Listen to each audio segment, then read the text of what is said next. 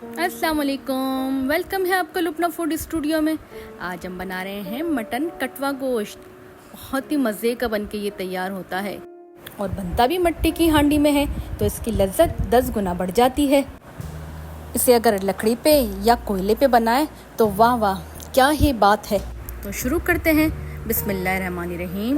इसके लिए मैंने मटन लिया है, तकरीबन ½ kg है और इस तरह के बड़े बड़े पीसेस मैंने कर लिए हैं। इसके हड्डी वाला गोश्त है ये। अब आते हैं स्पाइसेस की तरफ। 1 टीस्पून चिली पाउडर, 1 टीस्पून ज़ीरा, 1 टीस्पून काला ज़ीरा, 1 टीस्पून हल्दी, 1 टीस्पून कसूरी मेथी, 1 टीस्पून चाट मसाला, 1 टीस्पून गरम मसाला, ½ टीस्पून काला नमक, 1 टीस्पून चिली फ्लेक्स, 1 टीस्पून नमक और 1 टीस्पून धनिया पाउडर। बस अब ये गोश्त में सारे मसाले ऐड करते हैं। अच्छा दोस्तों, आपने मेरी वीडियो यहाँ तक देख ली और आपको पसंद आ रही है तो प्लीज़ सब्सक्राइब कर दें और बेल के आइकन को क्लिक कर दें। 1 टेबलस्पून अदरक लहसुन का पेस्ट और ये 2 मीडियम साइज़ के प्याज जो मैंने बारीक बारीक इस तरह स्लाइस करके रखे थे वो भी ऐड करते हैं।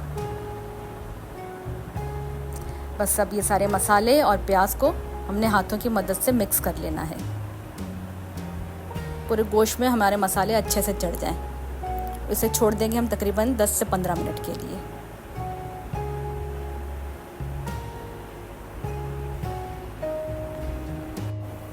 अब एक हांडी में 1 कप घी लेते हैं और घी को हम गरम करते हैं।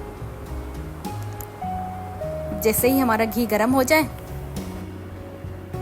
अब ये गरम मसाले हैं हमारे पास, उसको ऐड करते हैं। एक तेज़पात है और एक पिपरी का पीस है और 2 छोटी इलायचियाँ हैं, 3 बड़ी इलायचियाँ हैं और लौंग 3 से 4 अदद हैं और लाल वाली सूखी मिर्च 4 से 5 अदद है। बस अब इन सारे मसालों को घी में डालते हैं। अब जैसे ही हमारे गरम मसाले चटकना शुरू हो जाएंगे तो फिर हम इसमें गोश्त ऐड करते हैं।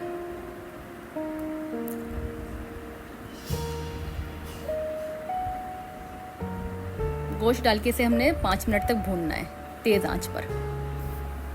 जब तक इसका गोश्त का अपना पानी ड्राई नहीं हो जाता, जब तक हमें इसे भूनते रहना है। ये देखिए 5 से 10 मिनट हो गई है और गोश्त ने अपना पानी भी छोड़ दिया है और प्याज का अपना भी पानी है, तो उसे हम 10 मिनट तक इसी में पकाते रहेंगे। और एक लहसुन का पूरा साबुत जब्बा वो लेते हैं और उसको भी इसी तरह शामिल कर देते हैं इसमें। और अब डालते हैं 1 कप पानी। गोश्त गलाने के लिए हमें पानी डालना है ताकि हमारा गोश्त अच्छे से गल जाए।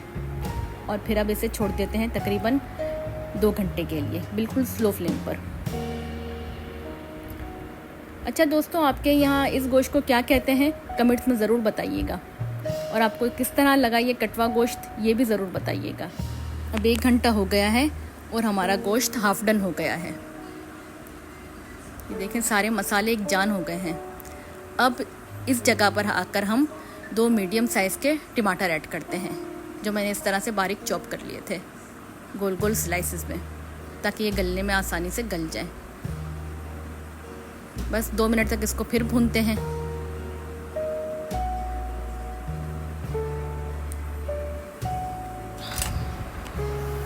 और 3 से 4 अदद हरी मिर्चें मैंने कटिंग करके ये भी ऐड कर दी और फिर इसे छोड़ दिया तकरीबन आधे घंटे के लिए, क्योंकि गोश्त हमारा काफ़ी गल चुका है। अब सिर्फ हमें आधा घंटा ही पकाना है। इतनी मज़े की खुशबू आ रही है कि मैं आपको बता नहीं सकती। और गोश्त देखिए हमारा एकदम अच्छा सा गल चुका है हमारा गोश्त। अब 2 टेबलस्पून इसमें दही ऐड करते हैं और दही डाल के बस हमें 5 से 10 मिनट इसे पकाना है।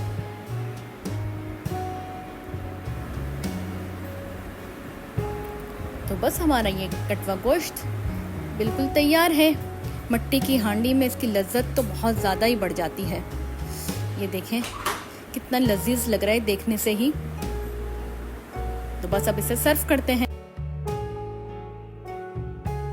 आप इसे तिल वाले नान के साथ या चपाती के साथ खाएं तो इसका मज़ा दुबाला हो जाएगा। तो बस आप भी इसी तरीके से बनाएं, खाएं और मज़े करें।